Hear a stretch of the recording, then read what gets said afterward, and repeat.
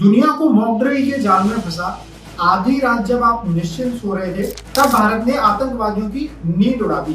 पाकिस्तान में घुसे बिना ही भारतीय सेना ने पाकिस्तान में डेरा डाले बैठे आतंकवादियों के 9 ठिकानों को तहस नहस कर दिया। नमस्कार, मैं हूं गजेंद्र सिंह और आप खुल चुके हैं न्यूज़ की। आज बात करेंगे ऑपरेशन सिंदूर की। बहावलपुर, मुरीदी के चक अमरू, कोटली, मुजफ्फराबाद, गुलपुर, भिमेर, बाग और सियालकोट, ये थे वो 9 ठिकाने जहां लश्कर ए तैयबा जैसे आतंकी संगठनों के सरगना सिर छुपाए बैठे थे। हमले में लश्कर ए तैयबा और जैसे मोहम्मद के आतंकवादियों को निशाना बनाया गया। ये वही आतंकी संगठन है जिन्होंने बीते कई सालों में भारत को बार बार लहूलुहान किया है। अब इन आतंकवादियों को उनके घर में जाकर जवाब मिला है। हाफिज सईद ने 1980 के दशक में लश्कर ए तैयबा की शुरुआत की थी। उसका अड्डा मुरीदके में है, जो लाहौर से लगभग 30 किलोमीटर दूर है। यह मरकज ए तैयबा नाम से चलता है, जो दिखावे के लिए जमात उद दावा नाम की चैरिटी संस्था है, लेकिन असल में यह आतंकवादी ट्रेनिंग सेंटर है। 2008 में हुए मुंबई हमले, जिसमें 166 लोगों की नौकरी की योजना, फंडिंग और ट्रेनिंग इसी ठिकाने से हुई थी। हाल के पहलगाम हमले में भी इन आतंकवादियों का हाथ माना जा रहा है। मसूद अजहर, ये जान लीजिए कौन है। मसूद अजहर की रिहाई 1999 में कंधार हाईजैक के बाद हुई थी। उसी के तुरंत बाद इसने पाकिस्तान के बहावलपुर में जैश ए मोहम्मद की नींव रखी। इसे ISI, तालिबान और ओसामा बिन लादेन का समर्थन प्राप्त है। इसका नाम कई बड़े हमलों से जुड़ा हुआ है, जैसे 2000 का जम्मू कश्मीर विधानसभा हमला, 2001 में भारतीय संसद हमला, 2016 में पठानकोट एयरबेस पर हमला, 2019 में पुलवामा अटैक। ये सारे हमले मसूद अजहर की संयुक्त राष्ट्र ने ग्लोबल आतंकवादी घोषित किया हुआ है, लेकिन पाकिस्तान ने कभी इसे सजा नहीं दी। 2019 के बाद से ये सार्वजनिक रूप से दिखाई नहीं। भारत की अर्धसशस्त्र सेनाओं द्वारा अंजाम दिए गए ऑपरेशन सिंदूर में आतंकी संगठन जैश ए मोहम्मद के प्रमुख मसूद अजहर परिवार के 10 लोगों की मौत हुई है। मीडिया रिपोर्ट्स के अनुसार मसूद अजहर ने बयान जारी कर इसकी जानकारी दी है। बहावलपुर में आतंकी ठिकानों पर हुए हमले मसूद अजहर के खास लोगों की भी मौत हुई है। मसूद अजहर ने बयान जारी कर बताया कि हमले में उसके परिवारजनों के अलावा 4 करीबी सहयोगी भी मारे गए हैं। बहावलपुर में जामिया मस्जिद सुभान अल्लाह पर हुए हमले में जैश ए मोहम्मद चीफ मसूद अजहर की बड़ी बहन और उसके पति, भांजे और पत्नी और अन्य भतीजों के परिवार के 5 बच्चों की मौत हुई है। हमले में मसूद अजहर के करीबी सहयोगी और उनकी मां और 2 अन्य करीबी सहयोगियों की भी मौत हुई है। भारतीय सेना ने 6-7 मई की रात को पाकिस्तान और पाकिस्तान में कब्जे वाले जम्मू कश्मीर में 25 मिनट तक ताबड़तोड़ हमले पर 9 आतंकवादी ठिकानों को पूरी तरह ध्वस्त कर दिया। आतंकवादियों के नेटवर्क की कमर तोड़ने की कोशिश की।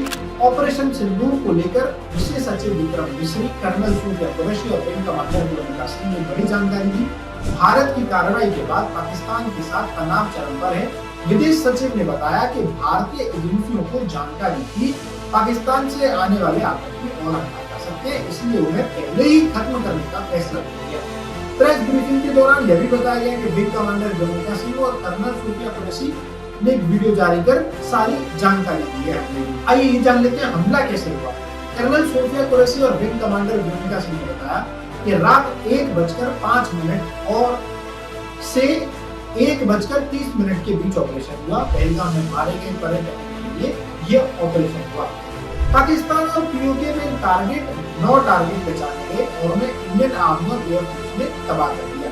इस दौरान आतंकवादियों के launch pad, training centres target किए गए। उन्होंने ये भी बताया कि भारत की तरफ से कोई भी अटैक पाकिस्तानी आर्मी के ठिकानों पर नहीं हुआ है। सभी अटैक आतंकियों के ठिकानों पर ही हुए हैं। अब यही 9 जगह 9 टारगेट्स क्यों चुने गए? प्रेस कॉन्फ्रेंस में भारतीय सेना की तरफ से बताया गया कि POK में सवाई नाला मुजफ्फराबाद में लश्कर का ट्रेनिंग सेंटर था। सोनमर्ग, गुलमर्ग और पहलगाम हमले के आतंकवादियों ने यही ट्रेनिंग दी थी। सैदाना, बिलाल कैंप मुजफ्फराबाद के हथियार विस्फोटक और जंगल सवाई लेवल की ट्रेनिंग दी जाती थी। कोटली, गुलपुर कैंप लश्कर कहाँ है? पूंछ में 2023 में श्रद्धालुओं पर हमले के आतंकी यही ट्रेन हुए थे। बरनाला कैंप में हथियार हैंडलिंग का काम किया जाता था। अब्बास कैंप कोटली LOC से 13 किलोमीटर दूर है। यहाँ तैयार होते हैं। 15 टेररिस्ट जहाँ ट्रेनिंग ले रहे थे। पाकिस्तान के खिलाफ चलाए गए ऑपरेशन सिंदूर को लेकर सरकार और सेना को देश के राजनीतिक दलों का समर्थन मिला है। इसी समर्थन के बीच एआईएमआईएम अध्यक्ष असदुद्दीन ओवैसी का बयान भी सामने आया। सुनिए क्या कुछ ओवैसी ने कहा। ओवैसी ने अपने एक्स हैंडल पर एक पोस्ट शेयर करते हुए ऑपरेशन सिंदूर का स्वागत किया। उन्होंने अपनी पोस्ट में लिखा कि वह पाकिस्तान के आतंकी ठिकानों को निशाना बनाने वाले ऑपरेशन सिंदूर का स्वागत करते हैं। उन्होंने आगे कहा, भारत के रक्षा बलों को पाकिस्तान में आतंकी शिविरों पर काम किया गया।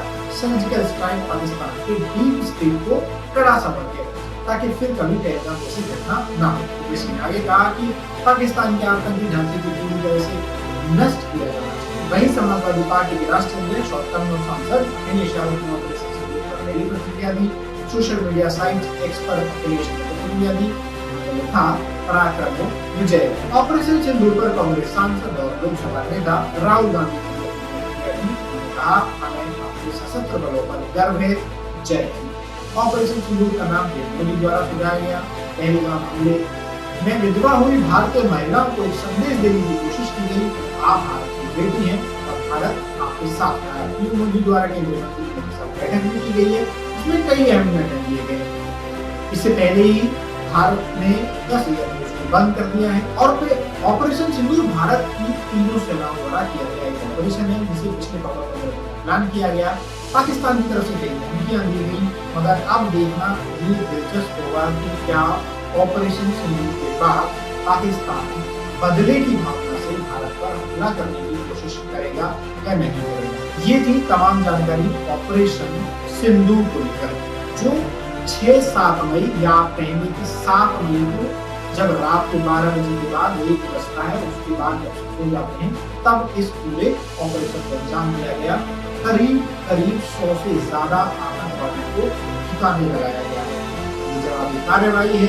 पहलगाम में तो अटैक हुआ जिसमें 26 लोग मारे गए, 25 पर्यटक भारतीय और एक नेपाली पर्यटक भी शामिल था। इस समय जब पूरा देश इस खुशी को मना रहा है, इस खुशी को सेलिब्रेट कर रहा है कि अब हमने पहलगाम का ले लिया है, ये देखना भी दिलचस्प होगा कि क्या पाकिस्तान फिर से ऐसी कोई हरकत करेगा या नहीं।